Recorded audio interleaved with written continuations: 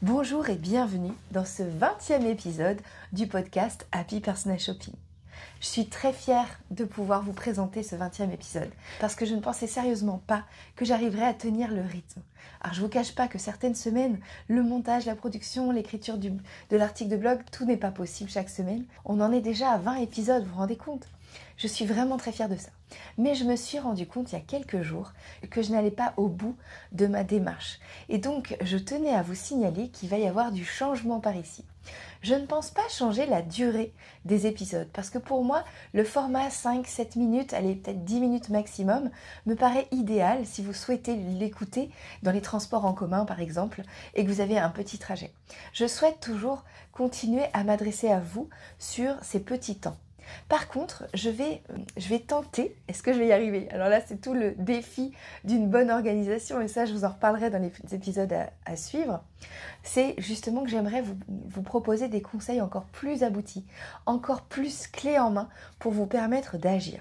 Parce que je m'adresse à vous, chers futurs conseillères en images, chers professionnels de la beauté qui souhaitez ajouter ce service à votre arc. Je suis vraiment consciente de ma mission d'éducation. Vous le savez si vous avez déjà participé à un de mes ateliers, il y a 14 ans, quand je me suis lancée dans ce métier, j'avais accepté qu'une part de celui-ci soit aussi pédagogique. Parce qu'à l'époque, en 2010, on ne parlait pas du personal shopping. Il y avait moins de 10 personnes en activité en France. J'ai décidé d'être la 11e. J'ai décidé d'essuyer les plâtres et d'expliquer aux gens ce que c'était et en quoi cela pouvait changer leur vie. Et aujourd'hui, j'ai parfois tendance à oublier cette mission-là. Je ne l'oublie pas quand je suis avec mes élèves de Happy Personal Shopping, mon programme d'accompagnement, mais j'ai tendance à l'oublier sur les réseaux sociaux, sur mon blog et ici. Alors, je tiens à vous informer qu'il va y avoir du changement. Pour commencer, je vais revenir à ma promesse de Happy Personal Shopping. Vous l'avez entendu il y a quelques instants, je vous parle dans le générique de mes inspirations, de ma passion pour l'histoire de la mode et du luxe. Or, je n'ai encore fait aucun épisode à ce sujet-là. J'avais lancé un podcast qui s'appelle Trésor du luxe il y a quelques temps. Je l'avais mis en sommeil. Je pense que je vais fusionner tous les podcasts au même endroit dans un premier temps parce que je veux vraiment vous transmettre cette passion que j'ai pour l'histoire du luxe. Je ferai peut-être des crossovers comme dans les séries. Bref, vous l'avez compris, cet épisode numéro 20, il est un peu spécial. Je vous ouvre un petit peu plus ce que j'ai dans la tête et mes projets parce que pour moi, c'est important de vous dire que moi aussi, j'ai du mal parfois à m'organiser. Avec 3 enfants, c'est pas toujours évident. Je voudrais vous dire aussi que c'est pas toujours facile de mener de front un programme d'accompagnement pour aider les personnes comme vous à se lancer et à réussir dans l'activité, tout en continuant à avoir une démarche d'éducation et de découverte sur les réseaux sociaux. Et pourtant, je continue à le faire chaque semaine parce que je crois en ce que je fais et je vous invite à trouver vous aussi le pourquoi vous le faites. Je sais pourquoi je le fais parce que justement ma mission est de transmettre, ma vocation est de vous aider à vous épanouir dans ce beau métier. Et donc c'est pour ça que cet épisode 20 va être un petit peu spécial. Déjà parce que je vous explique un petit peu la cuisine, mais aussi parce que j'aimerais vous parler de mes inspirations. Pour moi, un bon conseiller en images, personal shopper, conseiller en style, vous vous appelez comme vous voulez, j'aurai l'occasion d'y revenir dans un prochain épisode. Et donc pour moi, il est très important que vous vous remettiez en question en permanence. Vous vous formez, c'est très bien. Vous apprenez de nouvelles méthodes, c'est très bien. Vous les mettez en œuvre, c'est très bien. Vous avez des retours de vos clientes, c'est très bien. Mais cela ne suffit pas.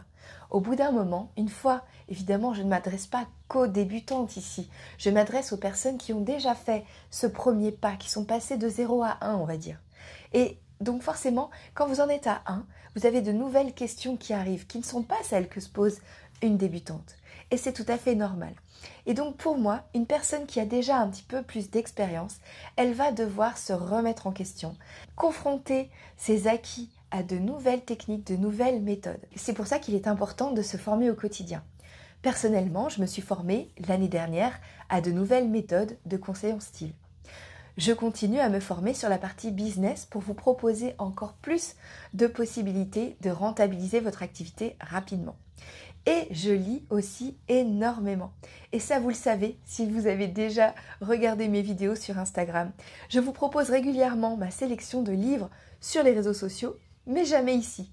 Mais à quoi je pense? Donc tout d'abord, je voudrais vous présenter mes excuses et ensuite je voudrais remédier à cela.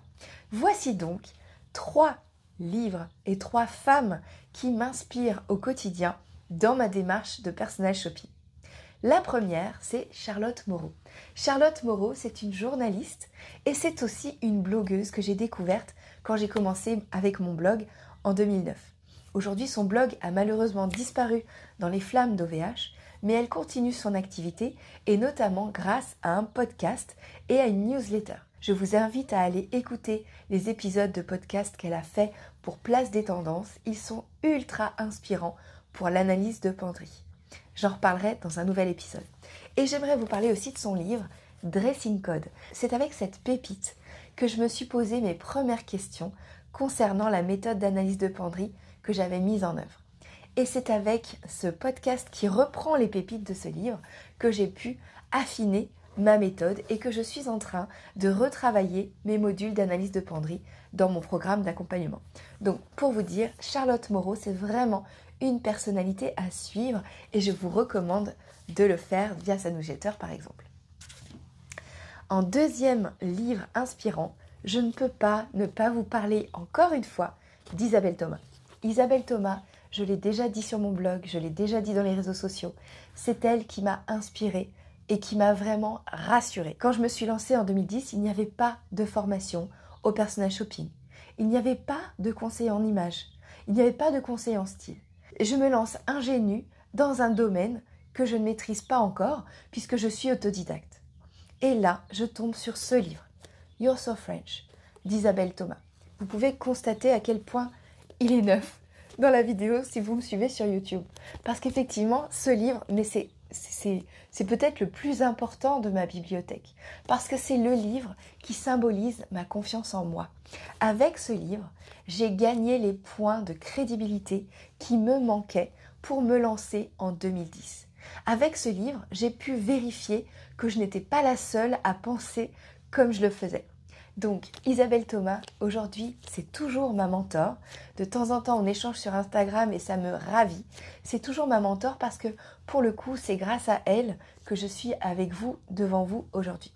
Isabelle Thomas, je ne vous ai pas dit, elle est journaliste, elle est styliste personnelle et c'est elle qui a vraiment lancé ce mouvement vers le personal shopping moderne qui ne tient pas compte des méthodes de colorimétrie du conseil en images classique que je trouve dépassées, vous le savez, si vous me suivez sur les réseaux sociaux. Troisième personne dont j'aimerais vous parler aujourd'hui, troisième livre, c'est un livre que je viens de découvrir. Il a été écrit par une américaine, Leah Feldon. Le livre s'appelle Does this make me look fat? Est-ce que ça me grossit? Sous-entendu, est-ce que ce vêtement me grossit? Alors, je ne peux pas vous parler de la personne qui l'a écrit parce que je la découvre complètement. Mais je peux vous parler du titre de ce livre qui m'a interpellée. Does this make me look fat? Est-ce que ça me fait grossir? Est-ce que ça me grossit? C'est quand même un titre fort. Aujourd'hui, on parle énormément de grossophobie, on parle beaucoup des maladies qui sont liées à l'obésité et puis aussi bien sûr de notre mode de vie moderne. Et on a forcément un lien avec la mode qui est très important. Moi, la première, je n'aime pas me sentir grossie par mes vêtements. Et que ce soit parce que j'ai effectivement pris du poids ou que ce soit parce que les vêtements ne correspondent pas à ma silhouette, ça ne me plaît pas. Et donc c'est pour ça que j'ai acheté ce livre. Parce que je me disais, tiens, c'est une problématique qui me touche personnellement, mais qui touche aussi énormément de personnes. Comment est-ce que cette styliste américaine voit les choses? Parce que l'obésité aux États-Unis, c'est encore plus un sujet qu'en France. Quelle est sa vision à elle? Pour l'instant, je ne suis pas déçue parce qu'il y a énormément de dessins dans ce livre. J'adore le dessin, donc c'est quelque chose qui m'interpelle et qui a énormément de conseils concrets pour justement aller optimiser sa silhouette. Et quand je parcours rapidement, bien je retrouve des éléments que je dispense moi-même aux personnes que j'accompagne ou aux élèves de mon programme de formation. Donc, forcément, ça m'interpelle. Je vous en dirai plus dans quelques semaines, le temps de lire et de m'approprier ce livre et que j'aurai testé certaines méthodes que peut-être je ne connais pas. En attendant, cet épisode touche à sa fin et je voudrais vous rappeler donc les 3 livres que je vous conseille, les 3 personnalités que vous pouvez suivre. Donc tout d'abord Charlotte Moreau avec le Dressing Code par exemple et son excellent podcast pour Place des Tendances. Ensuite, Isabelle Thomas, qui est styliste personnelle et qui a écrit toute une série de livres, mais notamment celui-ci, You're So French, qui m'a vraiment permis de me sentir légitime dans ma démarche de styliste et non pas de conseiller en image classique entre guillemets. Et enfin, Léa Feldon avec Does This Make Me Look Fat, un livre que j'ai hâte de terminer pour pouvoir vous en parler. Encore merci pour votre fidélité. Dites-moi si ce petit moment introspection et partage de là où j'en suis dans le podcast vous intéresse. Dans ce cas-là, je prendrai un petit peu plus souvent la parole pour vous parler de ce que je fais au quotidien, des réflexions que je me pose et de l'évolution de ce podcast. Vraiment, je souhaite que ce podcast corresponde le plus possible à vos besoins, à vos attentes et c'est grâce à vous que je peux le faire. D'ailleurs, à ce sujet-là, j'ai préparé un questionnaire. Donc si vous voulez bien prendre quelques minutes pour le remplir, c'est assez court, mais ça m'aiderait énormément. Et comme vous le savez, le lien se trouve ci-dessous dans les ressources de l'épisode. Encore merci pour votre fidélité. Je vous dis à la semaine prochaine. Profitez bien de votre semaine pour avancer, vous remettre en question vous aussi. À très bientôt.